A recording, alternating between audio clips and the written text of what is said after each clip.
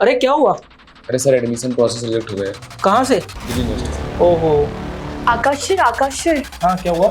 मेरा application reject हो गया। कहाँ अप्लाई किया था? दिल्ली यूनिवर्सिटी में। ओहो। दोस्तों क्या आपको पता है कि यूनिवर्सिटी ऑफ दिल्ली की अगर बात करें तो हर साल लगभग 33% स्टूडेंट अपना सफर तय नहीं कर पाते हैं इसके एडमिशन प्रोसेस के दौरान।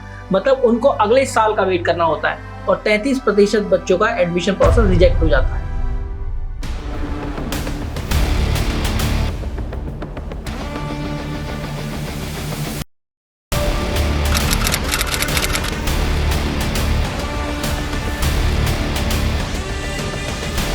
तो चलिए करते हैं शुरू।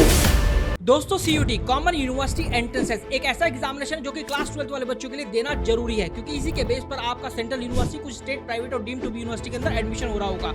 अगर मैं इस एग्जामिनेशन की बात करूं तो सबसे ज्यादा चुनिंदा यूनिवर्सिटीज में से एक है यूनिवर्सिटी ऑफ दिल्ली, और हर एक यूनिवर्सिटी की तरह इस यूनिवर्सिटी की एडमिशन पॉलिसीज के साथ साथ रिजेक्शन पॉलिसीज भी हैं। तो इस वीडियो के माध्यम से आपको ये बता दूंगा कि यूनिवर्सिटी ऑफ दिल्ली की रिजेक्शन पॉलिसीज क्या है। सो हाय एवरीवन, मेरा नाम है काशुका, स्वागत करता हूँ आपका CUT टॉक्स के एक और धारावाहिक में। तो चलिए स्टार्ट करते हैं अपने इस वीडियो को। सबसे पहली रिजेक्शन पॉलिसी ये है कि अगर आप लोगों ने वो वाले डोमेन सब्जेक्ट चूज कर दिए जो कि आपने क्लास 12 के अंदर नहीं पढ़े हैं, तो फिर यूनिवर्सिटी ऑफ दिल्ली उन डोमेन सब्जेक्ट का स्कोर पिक ही नहीं करेगी और आप जिस कोर्स के लिए एडमिशन लेना चाहते हैं उस कोर्स के लिए आप एलिजिबल नहीं हो पाएंगे। इसके अलावा अगर आप लोग यूनिवर्सिटी ऑफ दिल्ली में एडमिशन लेने का सपना देखते हैं तो CUT एग्जाम पैटर्न में जानते होंगे लैंग्वेज टेस्ट के अंदर एक लैंग्वेज का चुनाव करना जरूरी है अगर आप यूनिवर्सिटी ऑफ दिल्ली को टारगेट कर रहे हैं। अगर आपने कोई भी लैंग्वेज चूज नहीं करी है, केवल डोमेन टेस्ट या जनरल एप्टीट्यूड टेस्ट का एग्जाम देकर आ जाते हैं, तो फिर आप यूनिवर्सिटी ऑफ दिल्ली में एडमिशन लेने के लिए एलिजिबल नहीं हो पाएंगे। तीसरा है सर्टिफिकेट्स को लेकर। देखिए जनरल, EWS या फिर OBC NCL, आप किसी भी कैटेगरी से क्यों ना बिलोंग करते हो, आपको सर्टिफिकेट उसी डेट एंड फॉर्मेट के डालने जो कि यूनिवर्सिटी ऑफ दिल्ली के एडमिशन बुलेटिन में मांगे गए हैं।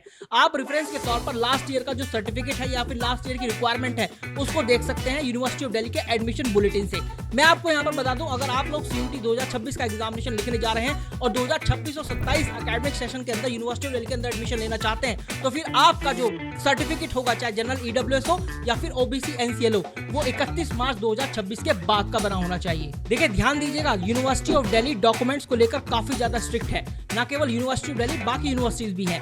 आपको ये भी पता नहीं चलेगा कि आपका एडमिशन प्रोसेस किस वजह से रिजेक्ट हो गया, और हो सकता है कि आपके डॉक्यूमेंट में कोई माइनर सी मिस्टेक हो और उसकी वजह से ही आपका एडमिशन प्रोसेस रिजेक्ट हो गया, या फिर हो सकता है कि जब आप अपलोड करें अपने डॉक्यूमेंट्स तो वहां पर कुछ ब्लर डॉक्यूमेंट्स अपलोड हो जाएं। दोस्तों वीडियो में आगे बढ़ने से पहले मैं आपको ये बता दूं, अगर आप लोग यूनिवर्सिटी ऑफ दिल्ली के अंदर एडमिशन लेना चाहते हैं तो आपको ये पता होना चाहिए सुपर गैट्स के काफी सारे ऐसे स्टूडेंट रहे हैं जिन्होंने यूनिवर्सिटी ऑफ दिल्ली के अंदर एडमिशन लिया है, जैसे Palak Agarwal Mittal 1200 out of 1200 in CUT UG examination, Archita Kaur 800 में से 800, श्रेया बंसल 794 आउट ऑफ 800, कताइनी मदिता 800 में से 800, सूर्यांश गुप्ता जिसके 983 आए हैं out of 1000 in CUT 2025 and he is the all India topper. तो आप लोग भी नेक्स्ट टॉपर बन सकते हैं और अपनी यूनिवर्सिटी ऑफ दिल्ली के अंदर सीट सुनिश्चित कर सकते हैं। यू कैन कॉल एट 6363286363 और आप सीधा हमारे काउंसलर या मेंटोर से कनेक्ट हो सकते हैं। इसके अलावा वो बच्चे जो कि सोचते हैं कि केवल CUT UG एग्जाम देने मात्र से ही उनका यूनिवर्सिटी ऑफ दिल्ली के अंदर एडमिशन हो जाएगा, भाई उनको रिजेक्शन का सामना करना पड़ेगा, क्योंकि आपको ये पता होना चाहिए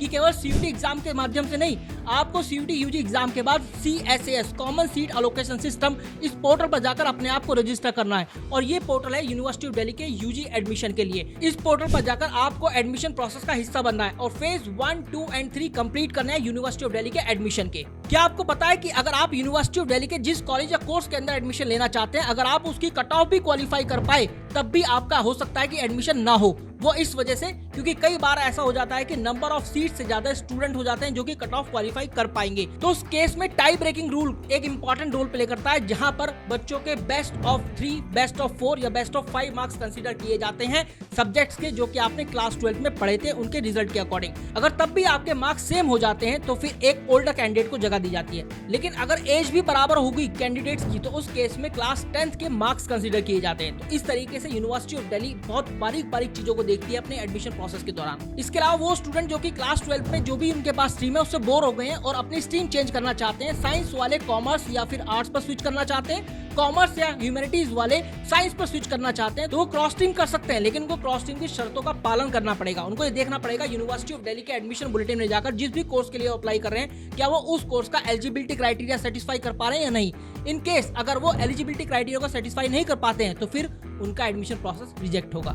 इन केस अगर आप लोग यूनिवर्सिटी ऑफ दिल्ली के बीबीए, बीएमएस, बीबीई, मास कॉम मतलब मल्टीमीडिया एंड मास कम्युनिकेशन या फिर इंटीग्रेटेड प्रोग्रामिंग जर्नलिज्म या फिर बीटेक, आईटी एंड एमआई के अंदर एडमिशन लेना चाहते हैं तो आपको ये पता होना चाहिए कि आपको जनरल एप्टीट्यूड टेस्ट देना मैंडेटरी है। अगर आपने जनरल एप्टीट्यूड टेस्ट का एग्जामिनेशन नहीं लिखा तो फिर आपको इन कोर्सेज के अंदर एडमिशन नहीं मिलेगा। इसके अलावा यूनिवर्सिटी ऑफ दिल्ली अपने एडमिशन प्रोसेस के दौरान ये जरूर बताती है कि फेज 3 में जैसे ही आपको सीट अलॉट हो जाए तो आपको एक समय सीमा दी जाती है कि उस समय सीमा के अंदर आपको अपनी सीट एक्सेप्ट करनी पड़ेगी। अगर आपने वो डेडलाइन या फिर समय सीमा फॉलो नहीं करी तो फिर आपका एडमिशन प्रोसेस रिजेक्ट होगा और आपको यूनिवर्सिटी ऑफ दिल्ली के एडमिशन प्रोसेस से तभी के तभी बाहर कर दिया जाएगा और फिर आप वापस से नहीं एलिजिबल होंगे यूनिवर्सिटी ऑफ दिल्ली में एडमिशन लेने के। फिर आपको अगले साल का इंतजार करना पड़ेगा।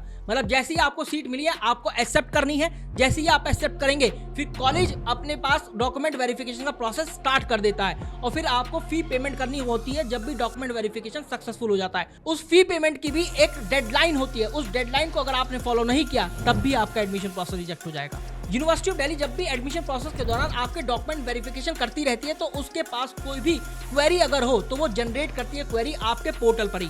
अगर आपने उस क्वेरी को एंटरटेन नहीं करा, उसको रेस्पॉन्ड नहीं करा अपने पोर्टल पर जाकर या फिर अपनी ईमेल आईडी पर जाकर तो फिर यूनिवर्सिटी ऑफ दिल्ली का कॉलेज ये मानता है कि आप एडमिशन लेने में इंटरेस्टेड नहीं है तो फिर आपका एडमिशन प्रोसेस रिजेक्ट हो जाता है और आपको एडमिशन प्रोसेस से तभी के तभी बाहर कर दिया जाता है। तो ये कुछ ऐसे रीजन है जो कि यूनिवर्सिटी ऑफ दिल्ली के रिजेक्शन के रूल हैं और आपको ये जरूर से जरूर पता होना चाहिए क्योंकि हर साल बच्चों को ये नहीं पता होती है कि क्या क्या पॉलिसीज हैं और क्या क्या रिजेक्शन रूल है। तो इस वीडियो के अंदर हमने सभी के सभी रिजेक्शन रूल कवर किए हैं। इनकेस अगर अभी भी कोई डाउट है तो आप कमेंट सेक्शन के अंदर सीधा पूछ सकते हैं। दोस्तों अगर आपको ये CUET टॉक्स का एपिसोड पसंद आया तो जरूर बताइएगा कमेंट सेक्शन के अंदर और बताइएगा कि हमारी ये पहल कैसी लगी है जो कि CUET टॉक्स की है, एक के बाद एक धारावाहिक आप लोगों के लिए।